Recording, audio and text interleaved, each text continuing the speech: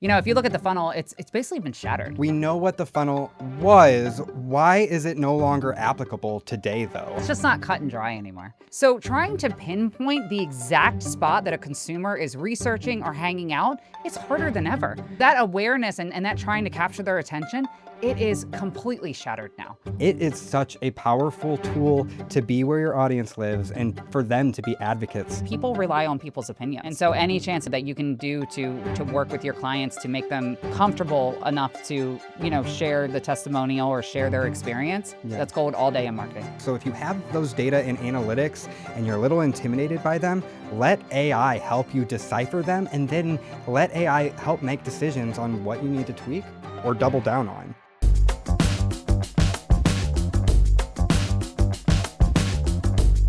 Before a new client ever reaches out to you, they've already looked you up. And in 2026, there's a good chance that they asked an AI about you first. Traffic to financial services websites from AI tools grew 266% in a single year. So the way people find and choose an agent has changed. The marketing playbook most of us were handed hasn't kept up.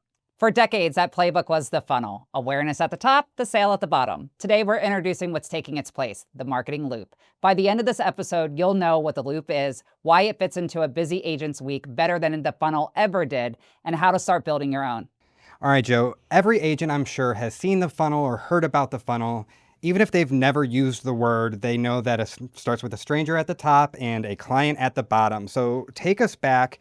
What is the funnel's logic? And then we'll talk about why it no longer works. I think when the funnel came out, it was kind of like that visual for people to be able to utilize to help understand what exactly marketing did or the effect that it had on people. So it was that, hey, you have to get their attention up top. You need them to know who you are. And then as you move them closer to the sale, there's all those touch points in the middle that you have to do. It's the follow-up, it's the nurturing. And then at the very bottom of it was the actual sale. So that was the bottom of the funnel where they came out of being a lead and they came into being a customer for you. One of the major pieces I think a lot of people always knew that it was missing was that advocacy part where you turn that customer into an advocate for you. But now we're realizing, even Google years ago called it the messy middle because there was really no way to explain it besides saying it's a hot mess in that area. For sure. And now I think what you're seeing is a way of explaining where it makes a bit more sense and it's a bit more logical to actually how it works. Well, and there's money being left on the table if you're treating that journey as an end point when you make that sale. Absolutely. So we know what the funnel was. Why is it no longer applicable today, though, especially in the age of AI? It's just not cut and dry anymore. There's so many different, if you look at the funnel, it's basically been shattered. There's no longer, hey, this is where people are. You think all the way back to when, before even digital, and you think back to the newspaper era, there was one place that people went for the news. It was your attention was focused on a certain few marketing platforms where you knew how to catch that consumer. Yeah. You knew back then, hey, I can put an ad in the newspaper and I'm going to catch them. I'm going to put an ad on the radio and I'm going to catch them on their way to work. It was very easy to be able to pinpoint where that consumer was and where they were hanging out. Fast forward to Google, fast forward to social media, it just kept shattering. Yeah. And so now you have websites and then all of a sudden you have all these social media channels. Well, now you have all these AI platforms. So trying to pinpoint the exact spot that a consumer is researching or hanging out, it's harder than ever. So that awareness and that trying to capture their attention, it is completely shattered now. And now it's about really knowing your target audience better than you've ever known them to understand where it is that they're hanging out and what it is that they're doing. And so you can personalize the Absolutely. messaging and we're going to get into that right now. So what we're talking about is the marketing loop. So we're going from a funnel to a loop. And the 4 phases are express, tailor, amplify, and evolve. So why don't we zero in on one of these at a time and explain them? So the first phase is express. An example of that could be you out there answering client questions on Facebook.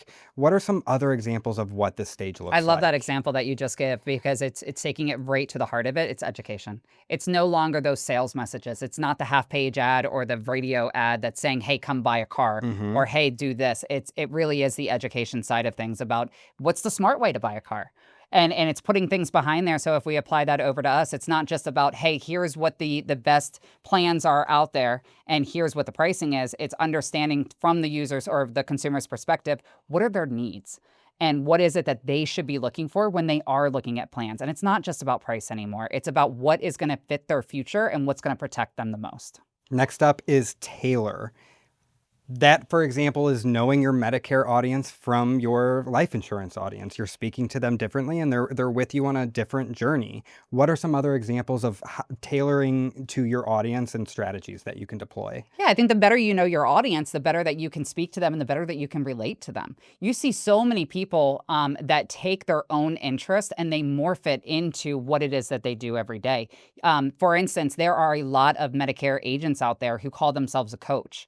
And they call themselves a coach because they actually are a coach. Mm-hmm. They used to coach, or it's a passion of theirs to be a coach in a sports world. It's something that they still do. So what they do is they bring their personal style over to it and they tailor, and they're reaching out to people who want to learn, and they have an audience, and the way that they're approaching it is tailoring it to them.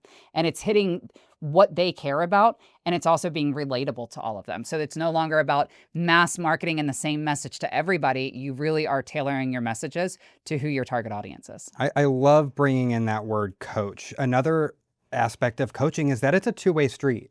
You can ask a coach questions. You can interact with that coach. In the old days, as you were mentioning radio ads and TV ads, that is a one-way communication. You are just speaking at that audience and hoping that it resonates. Now you have an opportunity to turn that messaging into a full-blown conversation, allowing your audience to get to know you better than they ever have been before. Let's move on to the next phase, Joe, and that is Amplify. So one example of this phase could be your happy clients telling their friends about you. What are some other Amplify opportunities for our audience? Absolutely. So I think those testimonials are great. Those referral ways are great. Also creating of the shorts, taking something that you know is working and utilizing different channels, utilizing different ways that people want to learn or want to connect with you.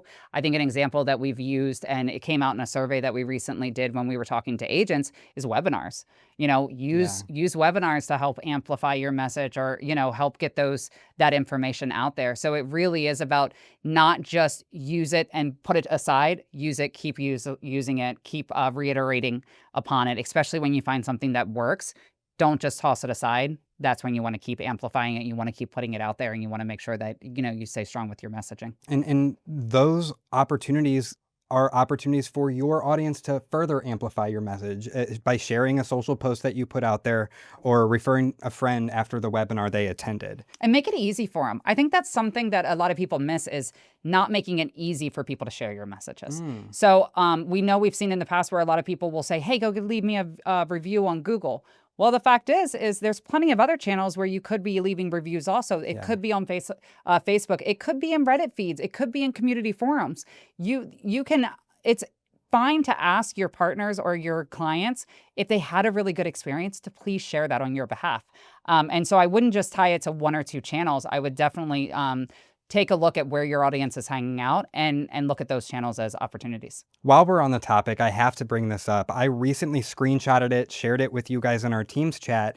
I was surfing Facebook one day and came across a group post, one St. Petersburg community group, and somebody was reaching out for a life insurance agent recommendation. And I am not even kidding. There were, if not over 100, maybe over 200 comments on this post of just people referring their own agent, their family members, their friends. But it is such a powerful tool to be where your audience lives and for them to be advocates on your behalf. And you're seeing that grow more and more. I mean, look at what Reddit's done over the last couple of years, and the growth that Reddit's seen. And that literally is a forum for people to go and give their opinions and share their experiences. And it's the growth. I mean, obviously partnering with Google definitely helped them. Sure. But I'm just saying that growth is pretty incredible because people rely on people's opinions. Yeah. And so any chance that you can do to work with your clients to make them comfortable enough to, share the testimonial or share their experience, that's gold. Yeah. That's gold all day in marketing. So that leads us into the fourth and final phase of the loop, which is evolve. So this might look like noticing which of your client conversations led to a sale and why. What other opportunities are there to evolve in this process? So I think we mentioned it earlier. It's reutilizing that content, but I think evolving also needs to include how else you can serve them.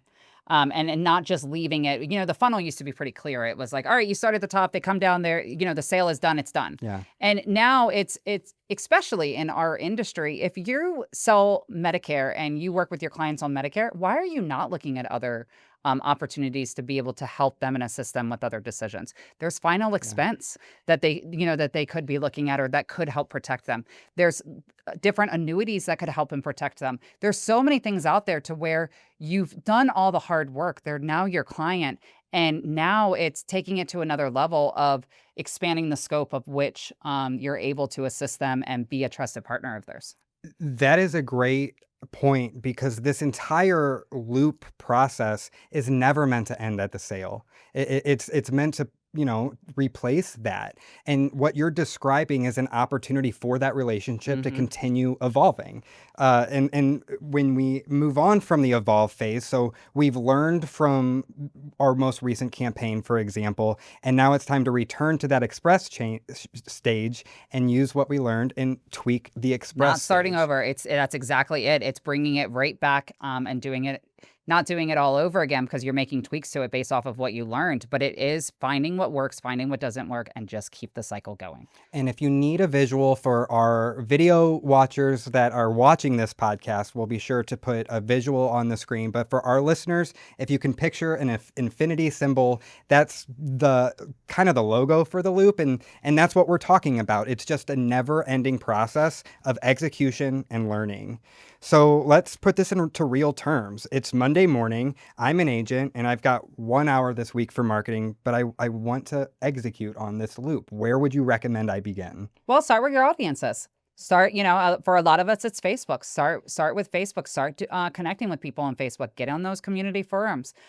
You've got to start somewhere. And when you're looking at the entire marketing strategy, it always starts with where your consumers are. The better you know them, the better you're going to be able to narrow it down of where to locate them. And where does AI fit into all of this? Everywhere. Everywhere? What are some pointers that you would recommend that our audience take away? I think AI can help you, can act as your marketing assistant, and can help you really get organized. And so all of this information that we're sharing today, you can put into AI and it can help build out that plan for you. And I think the more that you utilize it as a assistant to help get you organized and use it for inspiration, the better off you're going to be. And you're going to feel that much more prepared and that much more confident as you begin creating the content.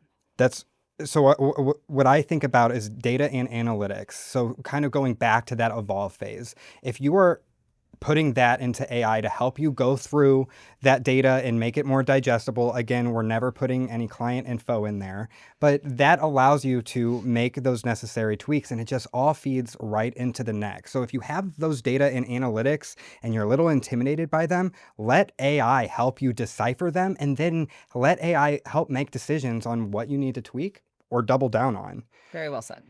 Joe, the funnel has served this industry for a very, very long time, but the loop keeps it going. And of course, if our audience needs help making this or integrating into this business, we're here to help. What are some final thoughts or words of advice you have? I think it's just working on the overall strategy. Don't pay attention too closely to the individual tactics. Start first with the overall strategy, what your goals are, who your target audience is, what it is that you're trying to accomplish. You can utilize AI to help you do that. If you're unsure, David mentioned it, that's why we're here. If you just want to have a call, we can help you break it down. We can help simplify it. Some of the hardest things is just making things digestible and easy to understand. And I think that's where you and I have always played a critical role when we partner with our agents and advisors, is just making it easy to understand and where it doesn't feel overwhelming. And if this does potentially feel overwhelming, just remember we're breaking this down into 4 easy steps. And the more that you familiarize yourself with it, the easier that this process will become. And it's meant to make this as an efficient and easy to fit your schedule as possible. So with that, for the AmeriLife Marketing Mentors, I'm David Belleville. And I'm Joe Barker. And we'll see you next time.